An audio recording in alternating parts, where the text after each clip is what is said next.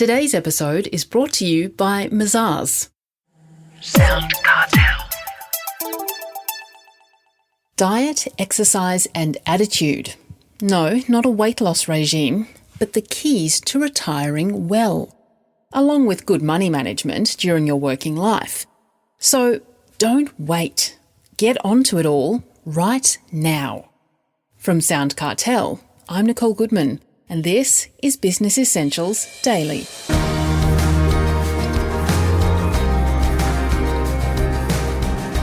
Inevitably, there comes a day when it's time to put the feet up, when you step out of the business and enjoy the fruits of retirement. But just a moment, how much have you planned for those latter years of your life? Will you have enough money? How can you make the most out of super and other investments? Will you be content with what you've got? To help answer those questions and more, we turn to one of Australia's most trusted finance and investment advisors, Noel Whittaker, author of the international bestseller Making Money Made Simple. Noel's written a new book, Retirement Made Simple. It covers everything from estate planning, the aged pension, the share market, property, to tax considerations, all written in layman's terms, which Noel's famous for. Chris Ashmore starts by asking Noel when we should start preparing for retirement. All the research shows that the longer you plan, the better retirement's going to be. Also, as far as your money goes, the two factors which determine how much you have in superannuation when you retire is time and rate. So an extra few years can make a massive difference in how much you end up with. It's impossible for anyone to know how long they've got to live. Does that make it hard to know how much to save for those years in retirement? Look, you've got to run your life on the balance of probabilities. There are two good websites, which I mentioned in my book, and you can work out how long to live, roughly. Now, it works basically on 5 factors. They're called SHAPE, S-H-A-P-E, and S is surroundings. People in a nice area will tend to live longer. H is health, A is attitude, P is parents, and E is eating habits. So you can control 4 of those 5 factors. And they make a big difference. And as you get older, it's basically exercise and diet. It's what you don't use, you lose. What do you suggest people consider when designing their retirement plan? Well, you need to think how you want to spend your time. I mean, most people with a business, they still want to be active. Now, some will work in the kids' business. Heaps of guys I know, their kids have become their successors. And that's fine if it works. Other people get involved in volunteering, in charity work. One of the guys I play golf with is the chairman of Food Bank. You need something to get out of bed of a morning for. You just got to have a purpose in life. How important do you think of financial advisors, and should we all have one?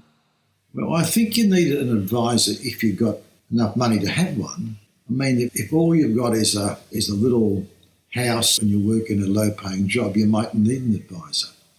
But what the advisor can do is help you set goals, because goals make a big difference. The advisor can help you set the goals and help you design strategies to reach the goals and to optimise your tax and your structure. I mean, for most businesses, the best structure is a discretionary family trust with a corporate trustee. And if you've got a self-managed super fund, you must have a corporate trustee. In my own case, my family trust and my self-managed fund have the same private company as the trustee. So they can help a structure. You know, it's very important to have assets in the right name for tax purposes. You're a big advocate for investing in shares, Noel. Why is that? Well, I think they're the best investment. They're a simple investment. The key to property, if you're not buying your own business in your super fund, is to add value. Now, it's very hard to add value to a property. So, you've got to pick a winner. With shares, you can just invest in the index. You can start with 5,000, 10,000, 20,000. There's no decisions. And by definition, the index cannot go broke. So shares are simple. Also, if you and I are retired and you've got $2 million of property and I've got $2 million of shares and we both want $100,000, I can simply quickly sell $100,000 worth. you've got to sell the entire property because you can't sell the back steps. Pay a great big chunk of capital gains tax. Also property, the big money going in, there's big money going out. And if you buy a non-residential property, they can be vacant for 3 or 4 years. High risk. Why do you think a lot of people balk at shares? Is it because they don't understand? Look, I know some very wealthy people who won't touch shares. They tried them once and they burnt themselves. I was giving a seminar I talk about in the book, and this guy said, I put $20,000 in shares back in 1990 and lost a lot. So I ran the numbers, which are on my website. The $20,000 in 1990 invested in the index would now be worth $200,000. He just picked the bad one. If you don't know shares, you shouldn't be picking winners. It's too difficult. Because too many people are just, it's a good tip. Oh, this sounds all right. I rang my broker this morning. This sounds a good deal. He said, no, it's not. It was a new float. He said they've tried to do it before. It didn't work then. Oh, thank you. Leaving something for the kids or the grandkids, is that better to do when you're still alive? We've got a strong view that you help your kids while you are young and they are young, instead of waiting till I'm 90 and they're 60, But that's on the proviso. It's a help up, not a handout. If they're wasters, if they've got nothing, you don't do it. But you could say, well, for every $1,000 you save, I'll give you $10,000. They've got to have some hurt money in there. We've helped our 3 kids all buy houses. They've all been good money managers, so that's important. Also now, the government's thinking now is that you shouldn't be taking it with you. They now see the family home as a major source of retirement income, either by downsizing or by taking out a reverse mortgage. What's your best advice about drawing up a will? I think before we go to there, I think the best advice is always take advice before the deed is done. I hear often couple aged 50 want to help daughter buy a house, so they put their names on the title deed.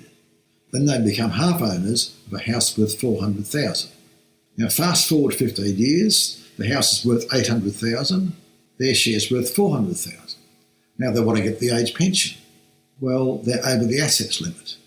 Now to give the house to the daughter, they'll be up the capital gains tax for $150,000 and Centrelink hold it for 5 years. So that decision not to take advice when they got on the title deed could cost them $200,000.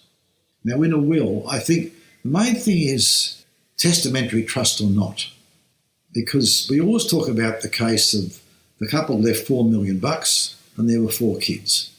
At $4 million they die, out comes $4 million. Number 1 son's a gambler. That lasted a week. Number 2 son's a builder going broke. That went to creditors. Number 3 daughter's in a rocky relationship. Half of them went out the door with the husband. And the 4th's a medical specialist. He had tax problems. Now, if that would have been left to 4 testamentary trusts, the gambler couldn't touch it, the builder's creditors couldn't get it, the daughter's husband couldn't get it, and it could be invested so the doctor doesn't get tax problems. But again, you need to take advice to see if it's appropriate for you. The other thing people don't know is that the part of your superannuation left to a non-dependent suffers a 17% tax on death. Now, your wife is always a dependent, but the most you can leave to your partner in super is $1.6 million. So let's say that you die, your wife has total superannuation of $4 million, maybe the taxable component's about $4 million. The tax on that when she dies would be $680,000. But you get around it easily. You appoint an enduring power of attorney, and the attorney is told that when you are getting near death, and most people just don't drop dead, most people don't, the attorney withdraws all your superannuation money tax-free and goes to your bank account. Because superannuation also doesn't form part of your will. So if you've got dysfunctional kids and you leave a few $1 million in super, they can fight over it and lock up the estate for years. But once it goes into the bank account, it goes back to the will. So it makes very good sense.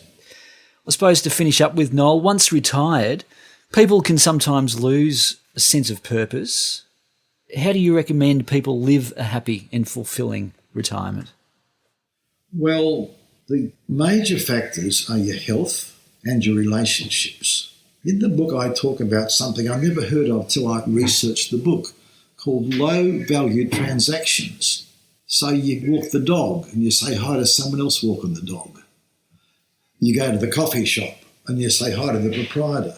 You may see the same person having coffee. Now, these aren't your best friends that you don't take them home, but just that social network is a major factor. Major factor. And don't forget too that it's better to ease your work off, not just go bang and stop. So if you can slowly reduce your hours and change your lifestyle and earn some money, it means your money lasts a lot longer. And it gets you out of the house and you won't annoy your partner. Is that what you're doing, Noel? You're still working? I work flat out. I just love it. But I mean, I work from home. You know, I write for the papers. We have a house at the beach. Every Thursday we go to the beach house. I work hard on Mondays and Tuesdays, you know, golf on Wednesday. It's a good life. But you've got to work at it. It's about exercise, diet and attitude. And one of the major things is relationships. That's your partner and your kids, if you've got them. That was Noel Whittaker, author of the new book, Retirement Made Simple.